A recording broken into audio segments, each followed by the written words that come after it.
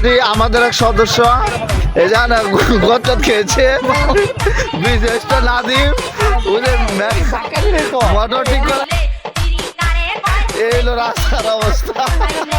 আজাদুল ভাই আসা আজাদুল ভাই রাস্তা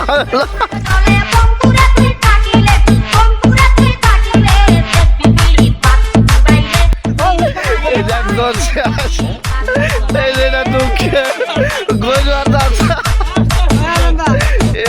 শালনা ডিম আর আমার